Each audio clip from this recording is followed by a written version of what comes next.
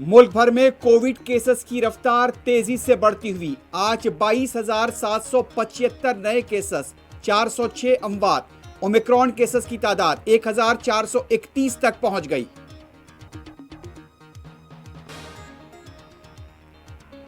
जम्मू कश्मीर वैष्णो देवी में भगदड़, 12 अफराद हलाक। वजीर आजम ने एक्स ग्रेशिया का किया ऐलान। ऐनी शाहिद ने पुलिस को ठहराया जिम्मेदार।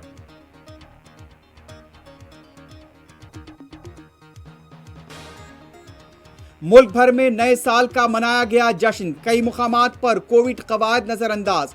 2022 का आगाज।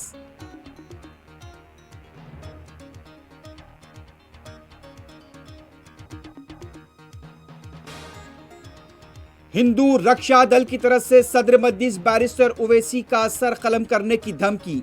तारीख के सया औराक में इनका नाम होगा। सदर मजलिस का रद्द-ए-अमल।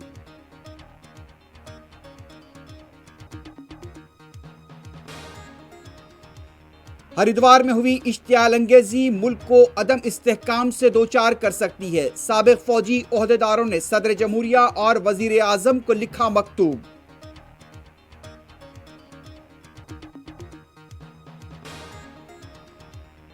हैदराबाद में भी नए साल की आमद का जश्न, नौजवानों का रक्स।